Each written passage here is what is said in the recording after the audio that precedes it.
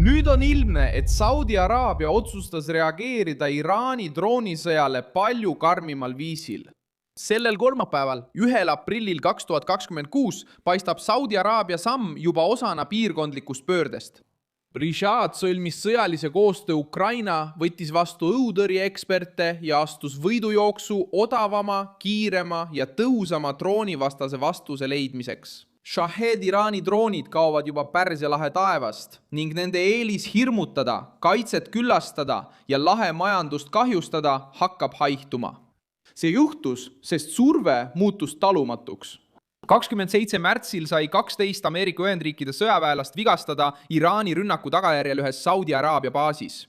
Samal ajal sattusid Pärsia lahe energiarajatised, sadamad, laevad ja eksporditeed pideva ohu alla. Reuters ise salvestas pilte ja teateid rünnakust Rastanura keskusele Saudi Araabias ja Babco rafineerimistehasele Bahreinis. Siin tulebki mängu keskne punkt. Hormuzi väin ühendab Pärsia lahte avamerega ja on endiselt üks planeedi tähtsamaid mereteid. Ja Saudi Araabia vastutab üksi 38% toornaftavoost, mis selle väina kaudu liigub. Kui Iraani droonid ründavad või tõukavad piirkonna kaosesse, ei ole see lihtsalt sõjaline vaidlus. Seetõttu tegi Saudi Araabia sammu, mis täna tähelepanu äratab. Selle asemel, et sõltuda ainult traditsioonilistest tõrjesüsteemidest, kuningriik sõlmis Ukrainaga kaitsekoostöölepingu ja avas võimaluse praktiliseks väljaõppeks, mida viivad läbi Ukraina spetsialistid. Reutersi andmetel saadeti Lähis-Idasse üle 220 Ukraina tehniku ja sõjaväelase, et juhendada kohalikku kaitset droonirünnakute vastu. Ja osa sellest tööst toimus just nimelt Saudi Araabias. Ja Riyadh soovib muuta reaalse sõjakogemuse koheseks kilbiks, et kaitsta baase, linnu ja energiarajatisi. Ja kuidas see töötab? Loogika on lihtne. Shahedi droon oli ohtlik, sest sundis kaitse tegema julma valiku, kulutama väga kallis rakett odava sihtmärgi alla tulistamiseks. Ukraina vastus oli luua kerged, kiired ja palju odavamad pealtpüüdurid. Reuters kirjeldab ettevõtte White Hornets mudelit Steam, mis suudab lennata kuni 280 km tunnis ja mille maksumus on umbes $2000 või vähem. Sama raporti kohaselt maksab Shahed aga $20,000 kuni $50,000. Siin muutub olukord ja Iraani majandusterror hakkab jõudu kaotama. See punkt aitab selgitada, miks Iraani droonid on poliitilises ja strateegilises mõttes peaaegu kadunud.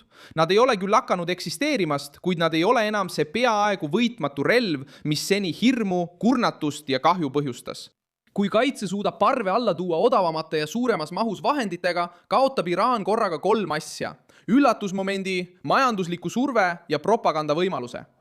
Pole juhus, et Zelenski ütles sel nädalal, et kokkulepped Saudi Araabiaga, Araabia Ühendemiraatide ja Katariga olid ajaloolised. Ja need keskenduvad just õhutõrjele, sõjatööstusele ja kaitsele droonide vastu.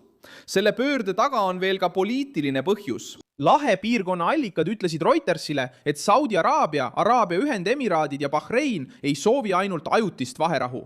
Nad tahavad püsivalt nõrgestada Teherani võimet kasutada rakette, droone ja Hormuzi väina survemeetmena. See ongi kogu selle mobilisatsiooni põhjus. Nende riikide jaoks ei piisa ainult tänasest rünnakust ellujäämisest, vaid tuleb takistada ka homset šantaaži. See asetab Saudi Araabia ebasoodsasse olukorda, veelgi kindlamalt nende poolele, kes suudavad seda ohtu praktiliselt neutraliseerida. Lõpuks on juhtunu üsna otsene. Iraan püüdis muuta odavad droonid piirkondliku hirmutamise vahendiks. Saudi Araabia vastas, otsides tehnoloogiat, väljaõpet ja doktriini, et seda eelist purustada, vahetades kalli kaitse, nutika tõrje ja sõjalise koostöö vastu. Ja Iraani vana eelis oma droonidega Shahed hakkab ehitama uut Novokpi. Nad elasid.